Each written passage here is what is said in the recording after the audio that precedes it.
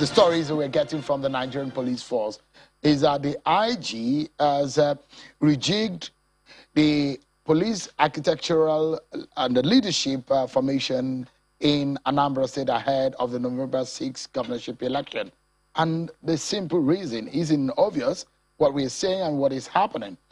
The National Security Advisor, Major General Babangida Mungunu, is appealing to residents of Anambra State to be law-abiding and remain peaceful as security agencies have been mobilized to ensure a peaceful conduct of the November 6th governorship election in the state.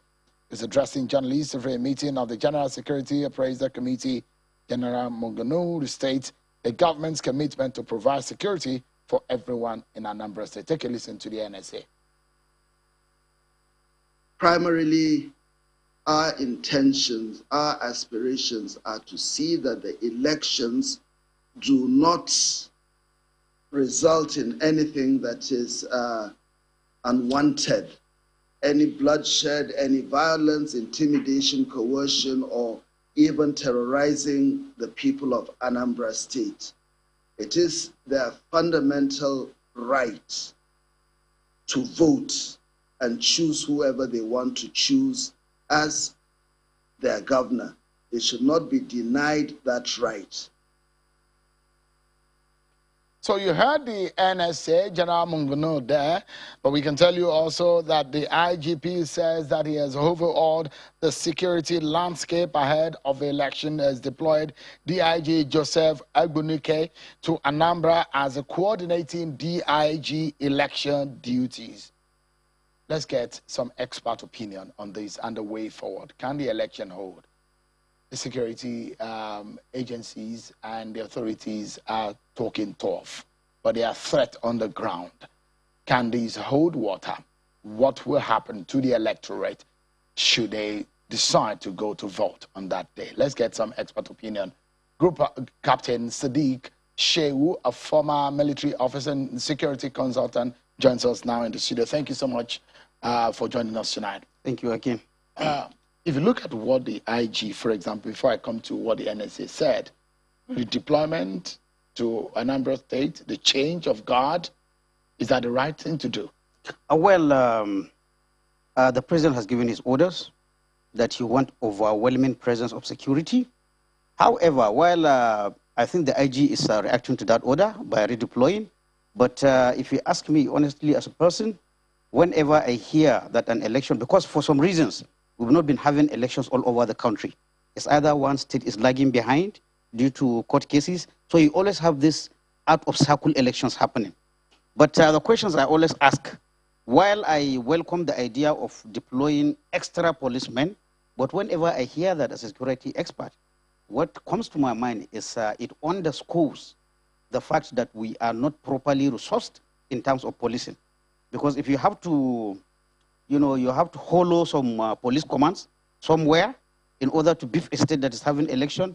I always play in my mind, supposing we are going to have election simultaneously in 36 states, what's going to have to be? So definitely, that underlines the gap we have, because you have to hollow some commands from those states to support a state that is going. But having said that, it is a welcome development, because when we look at even from the early days of this year, what has been happening in Anambra State, even without the election, security in Anambra State is very tenuous. There are people being killed, the so-called unknown gunmen, but not only that, there are activities of IPOP. Are they really unknown gunmen? Well, because that term is sometimes it's offensive, isn't it? When they say unknown gunmen. You see, in security terms, can anybody say that those kind of people are unknown?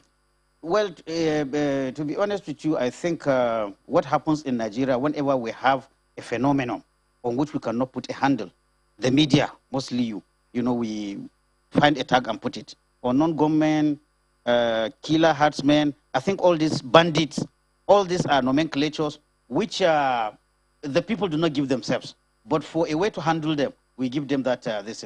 Of course, when we say unknown gunmen, it's a pejorative name for any kind of miscreant that is breaking the law. Intelligence, in intelligence sense now, do you think that this set of the perpetrators of some of these issues, the set of band of violators, are really unknown in the real sense of it? Well, unknown, Why I will accept unknown is that sometimes some of the violence is perpetrated by individuals, not a group that have coalesced and call themselves a group. It is very difficult to handle such a phenomenon. But where you have an organization that has given itself name, you know, that has, some of them even have a registration, membership registration, they carry some insignia, it is easier for the security person to say, I am dealing with this group. But where you have individuals, you know, or small groups, maybe 2-3 people doing, you know, it's very difficult. So, like I said, for want of what to call them, we give them any name that catches our fancy.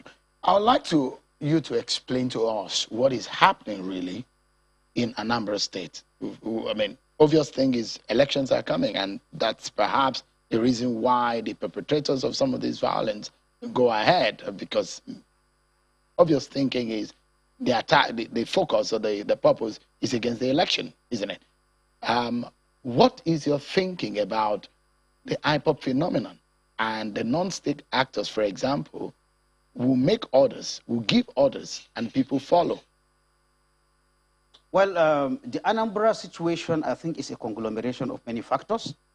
Definitely, there's the IPOP activity factor, but there are also, apart from the IPOP, we have killings that are related to cultism in that area. We also have, definitely, again, as the election is coming, some people will be jostling to put themselves in certain positions that will give them advantage. That will add to this. So what I will say, there are different factors. The IPOP factor is there. The cultism factor is there. The election violence is also there. Now, even under normal circumstances, unfortunately in Africa and most emerging democracies, election time is always violence time. But in the case of Anambra, it's even exacerbated because already we have other underlying causes that are at play before even the election comes into it. So definitely it is a very volatile situation that will require extraordinary measures to ensure that elections hold. With view of holding elections, you know, it started with asking whether elections will hold in this violence. Democracy experts, you know, are of the opinion that holding elections when the regular cycle comes is very important. Some will go as far as say, as much as possible, violence should not be allowed to disrupt the holding of, you know, regular cycles of election. Because regular elections are a sign of a growing democracy. A growing democracy. But in this sense now, what do you say to the security operatives in handling? Because we heard what the NSA said when they met with the president, and the fact that they do not want people to test the resolve of the security authorities. How would you advise that the security authorities handle this situation? Well, this is not the first time we're having security agencies involved in election. First, I will lay the premise that it is abnormal in advanced democracies to have security forces deployed. Even police, they are not deployed. People, in fact, in other countries, a policeman will also dress in his mufti and go and vote on the day of voting. There's no need. But we have to face the reality of African democracies. We're a growing democracy. The kind of violence we are seeing makes it for now and for a long time to come that deploying of security forces is something that must be done if you want to hold elections. Having said that, all the papers carried, NSA has won IPOB, President Buhari has told security agencies, I think his words is that under no circumstances must the election be in Anambra be disrupted. However, for me, and based from experience, even from 2019, where we had altercation, even between INEC and the security agencies that were supposed to, you know, to support them, one message that come, and here I quote directly the National Security Advisor, I hear him saying, all security agencies have been told to conduct themselves well and to exhibit the highest sense of professionalism and restraint in conducting themselves. In the same statement, I heard him saying, security agencies have been instructed to act within the confines of the law and with professionalism to ensure that the elections hold. Now, this is the very important message. In as much as having security personnel, whether police, whether military, is not the norm, but it is something we have to live with reality. So what do we do as people? Is to try to see that this unusual situation, we draw the best out of it. That is, we hold the election in secure and safe environment, but at the same time minimizing the unintended consequences that could come out of deployment of this. And I think the NSA captured it briefly. He talked of professionalism. He talked of restraint. Now, what the president did is what I would call a directive. Ensure that Anambra election is not disrupted. Now it is up to the police hierarchy, the military top brass, the civil defense top brass, to go and sit down and work out the details of how they will carry out the directive of Mr. President. It's an unusual and a very difficult task, isn't it? It is. Because these are faceless people, to say the least, isn't it? And how do you then handle this kind of people? Well, when you're going to this kind of operation as a security expert? Well, as a security expert, there is even the domain of security. We look at it from the domain of election security. Election security is different kind of. What is your interest there? What is the motive? What is the end state? What you want is to ensure any person who wants to vote comes out and votes safely and securely and returns to his residence. So that is what should be at the back of your mind. Now, in doing that, there has to be strict coordination, because this deployment falls under support to civil authority. What is the civil authority been supported here? Essentially, it is INEC.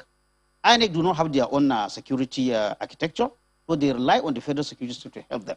So there should be a conversation between INEC, the police, the military, and the DSS, and all the other security agencies. What do you want? It is INEC that will decide the kind of security it wants.